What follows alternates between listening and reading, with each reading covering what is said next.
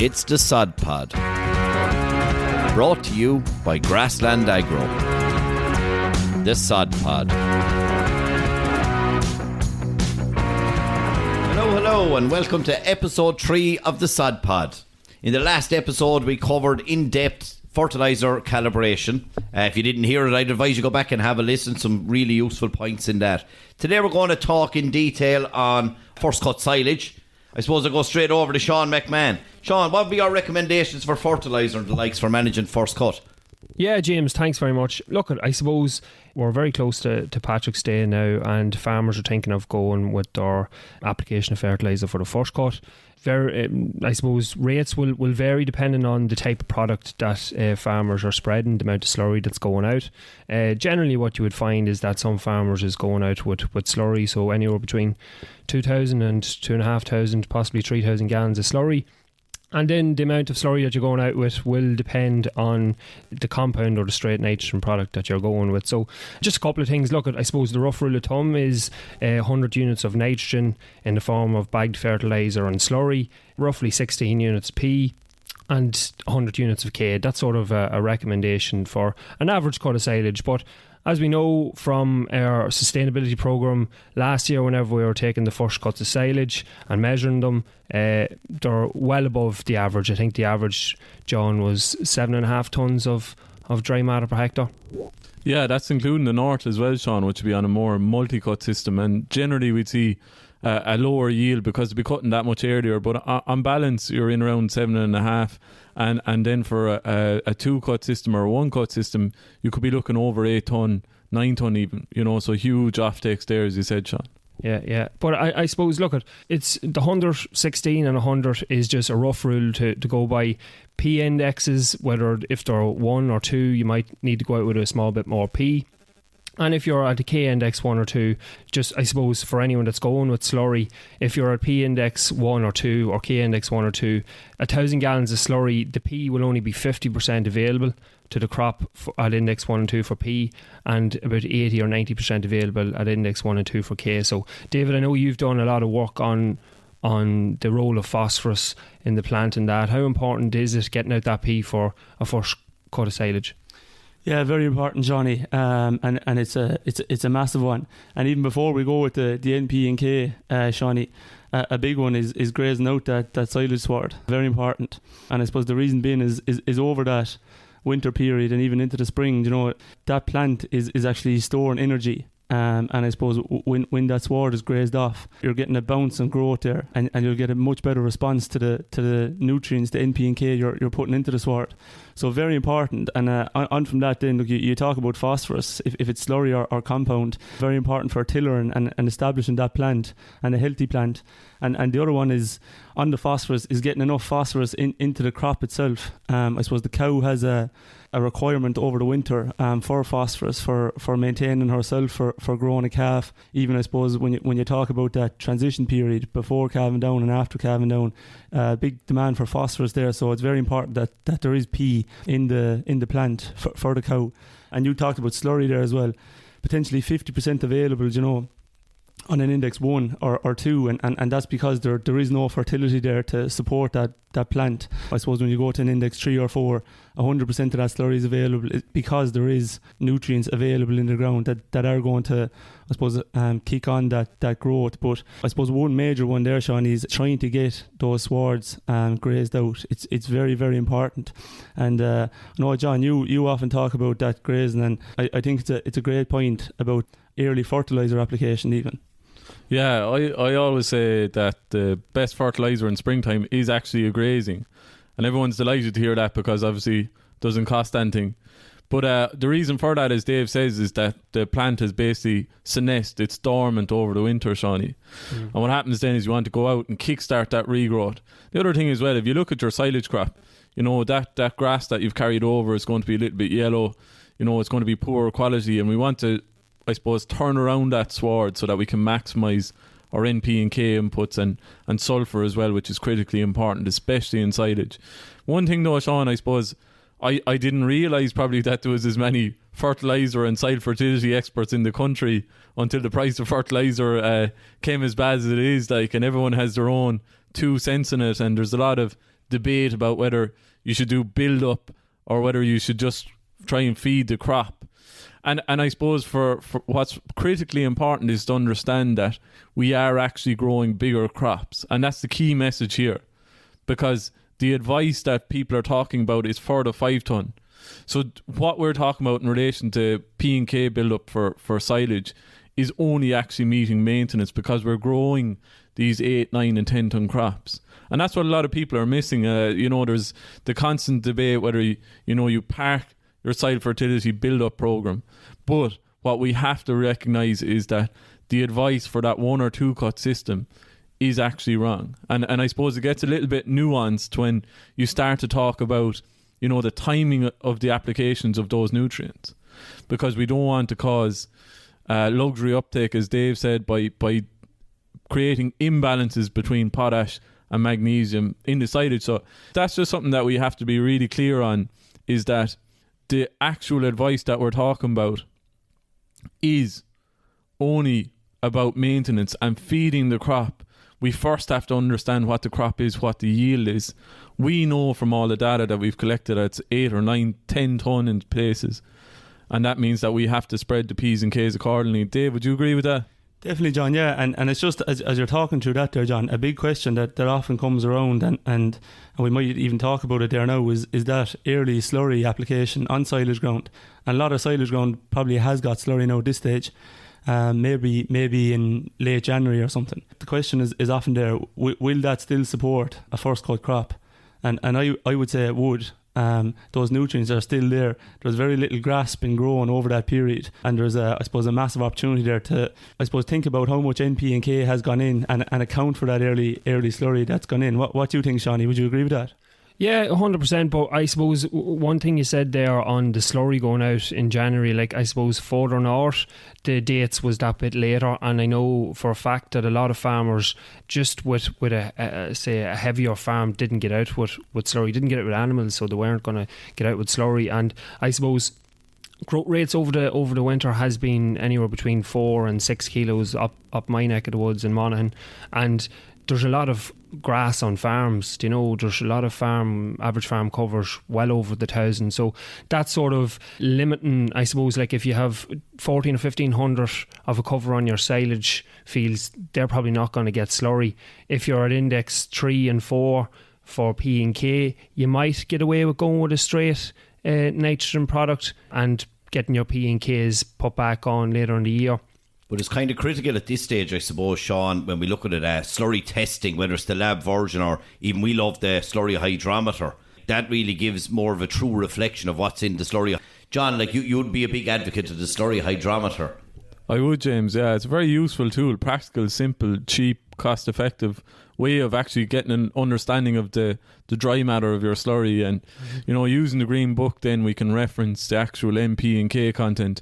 I suppose one thing that we've seen in research that's been done, more of kind of a survey based research, is that some of the figures that we thought we had in slurry, that 530 per 1,000 gallons, is actually a little bit higher, especially in potash. This is one that I suppose links heavily into it, is that what I often find is that you have maybe a nutritionist and an agronomist and an advisor going into a farm, and sometimes they give the advice that you shouldn't be spreading any potash on your silage. But it's really critical to understand how soil fertility affects yield.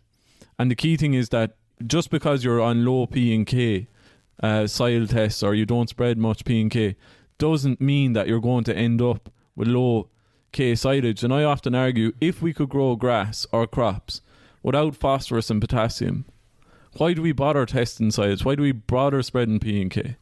And it is really important to understand that to grow grass, you need a minimum, or to grow silage, you need a minimum of 3.5% phosphorus and 2.5% potash, which equates to 3.5 kilos of phosphorus and 25 kilos of potassium per ton. And the plant simply just won't grow. It won't maximise the full potential on the day unless we have those nutrients available. And that's how soil fertility limits growth, and the lack of our fertiliser is that if we don't have the nutrients available, we can't maximise the crop's growing potential. And that's something that gets mixed up an awful lot, because people are saying don't spread potash. And the other big one, Sean, is that you'd hear that because you're on low P or K ground, that your crop of grass silage is going to be low on P and K. And that's completely not the case. You can see that because the plant is not being able to maximise its growth potential on a day, that it's slower growing and it needs that minimum critical threshold of P and K. So it's always going to be in around the 2.5% of potash. So look, we're after saying that the dry matter percentage of the slurry will determine the NP and K content. We've seen a range from about 3% to 9%, as high as 9% on some of the samples that we've done. So NP and K, you know, some farmers have been surprised. They thought that their K content might have been a wee bit higher than it was. They were thinking it was in that 30-32, which would have been the rough rule of thumb for a 7% dry matter, but it was maybe closer to 20. And the P's have been higher. But if we take a scenario at the minute where we have a farmer that hasn't got out with slurry, P and K index is pretty good, what would you be advising a farmer to go with? Yeah, so I suppose like there's no slurry gone out yet. What I would be recommending is to use your slurry to its best or its most effective use, and that would mean that you get out there and get it grazed, number one, as we were saying. That's most important. Then you'd follow up with your 2.5 or 3,000 gallons of slurry. You can use that to displace the chemical nitrogen this year, and that's also where those nutrients have come from originally. So you're only replacing what you've taken off. And to be perfectly honest, I don't feel that if we miss an application of slurry, it's very, very hard to make up the deficit of P's and K's, because there's a limit to how much slurry we can apply. So if we grow an 8-ton crop, we're after taking off 200 kilos of potash and we're closing up for a second cut, we go back with 2.5-3,000 gallons of slurry, we've only 100 kilos back out. So it's really important that we use it. I suppose this year there's been a huge push to using slurry on milking platforms, but it's really important to go back to core principles. All your nutrients have been taken from that silage ground. They need to go back there to close the loop. That's really important. The other thing, as you said, is that we talk about using slurry to its maximum effect. But if we have a farm that's in a deficit for soil fertility, we're never going to be able to build without bringing in additional phosphorus or potassium, because we're in our overdraft. So if you take that 40% of the farm is suboptimal for potash, all we're doing in that situation is if we're solely relying on slurry, is moving that potash around the farm, but we're never going to actually get up to clear the overdraft unless we bring in more potash. The one that's really important, and I felt it was missed on a couple of different webinars and podcasts and stuff like that I've listened to, is sulphur. You know, everyone's raving about the price of nitrogen, rightly so, it's very expensive. But sulphur is absolutely critical in relation to utilising nitrogen. This year it's more important than ever. It's not a massive additional cost, but in a crop of silage we should be aiming for 16 units of sulphur. So there's big demand for sulphur there, and we need to make sure that we can satisfy it. Yeah, that's very good. But say from a practicality perspective, if some silage ground this year is good for P's and K's, but isn't, say there's too much grass, or for whatever reason a portion of the farm, portion of silage ground doesn't get slurry, is it a compound fertiliser that you're trying to get up to that 80, 90, 100 units? Is it a straight urea product this year? Like what products are you thinking in that scenario? Yeah, I wouldn't like to listen. You have to be conscious of the cost, of course, but like relative to the response of nitrogen, the silage crop you're going to get your most effective use, you know, because you have such a long growing period, and relative to the nitrogen in and the kilos of grass grown, it's going to be the most beneficial.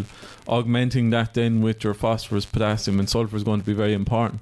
So in that instance, I would love farmers to maybe think about going with a typical silage compound, so the likes of Cutsword or NutriCut, something like that you'd actually be able to replace some of those offtakes that are going to come into effect as you harvest crop. 3.5 or 4 bags per acre, and you're getting sulphur in with both of them compounds. Yeah, well, I would usually go 1:1 with NutriCut, even though they're slightly lower nitrogen, because it has more efficient forms of nitrogen, so you're going to get more benefit from it. But the sulphur are critically important, I'd say.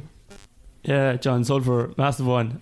Yeah, look, I suppose getting back to efficiency and nitrogen, that it's absolutely crucial. And I suppose getting down to the technology and the chemistry behind it. When we talk about those amino acids, it's essentially, I suppose, of those 20 amino acids, 2 of those higher sulphur. I suppose that's where the sulphur is coming into.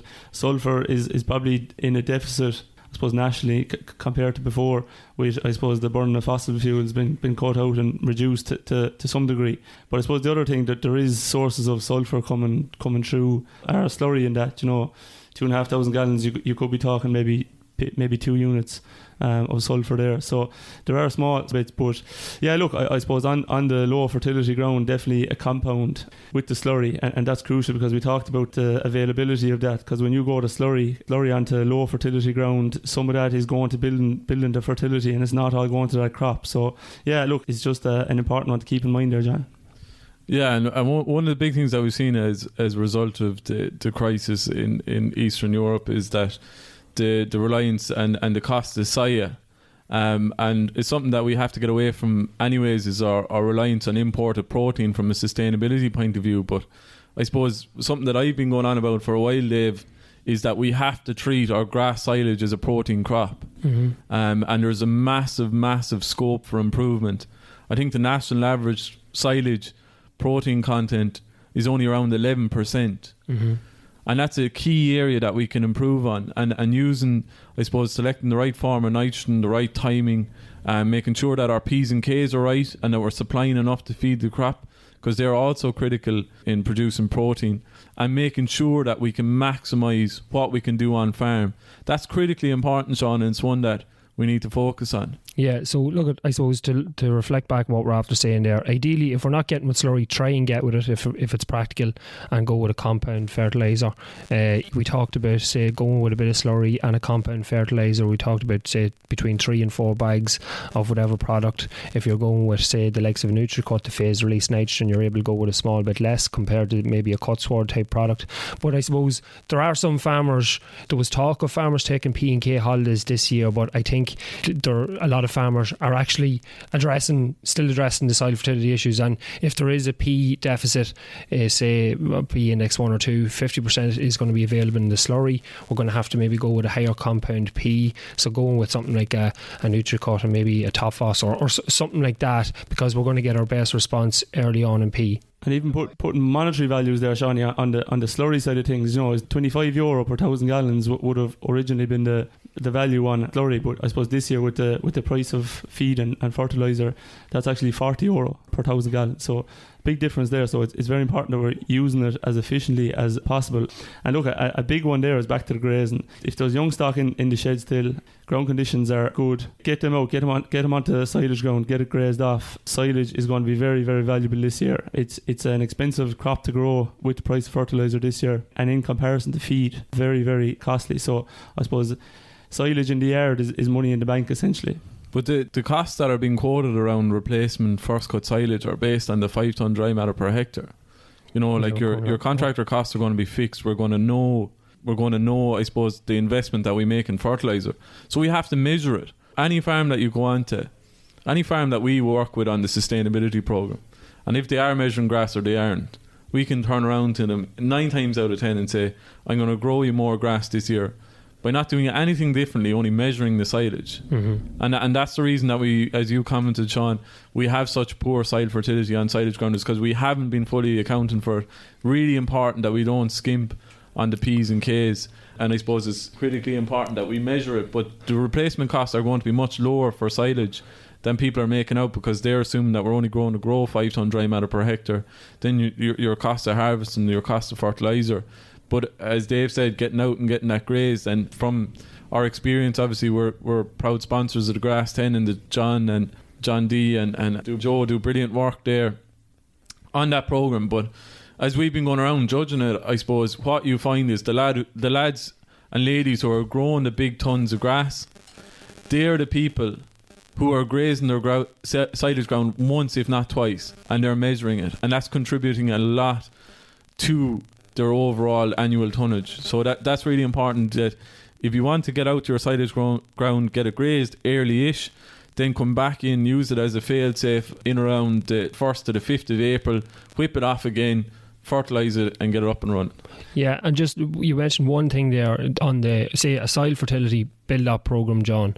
The important thing is to get the right product in the right place at the right time, but it's really, really important to follow up and actually measure what's coming off so that you can match what's coming off, and that's how you're going to get to where you want to go, either the Index 3 or the Index 4, in the shortest period of time possible. And just another one there, lads, that I suppose we didn't mention was lime. And like if you take closing up a first coat of silage, there's nothing wrong with going at lime there, and you might be worried about having lime on the leaf or on the grass, but if you think about it over a 5 or 6 week close period, if you don't get a shower of rain over that period, there's not going to be a first cut of silage there, so there's no problem about getting that lime down into the base of the sward.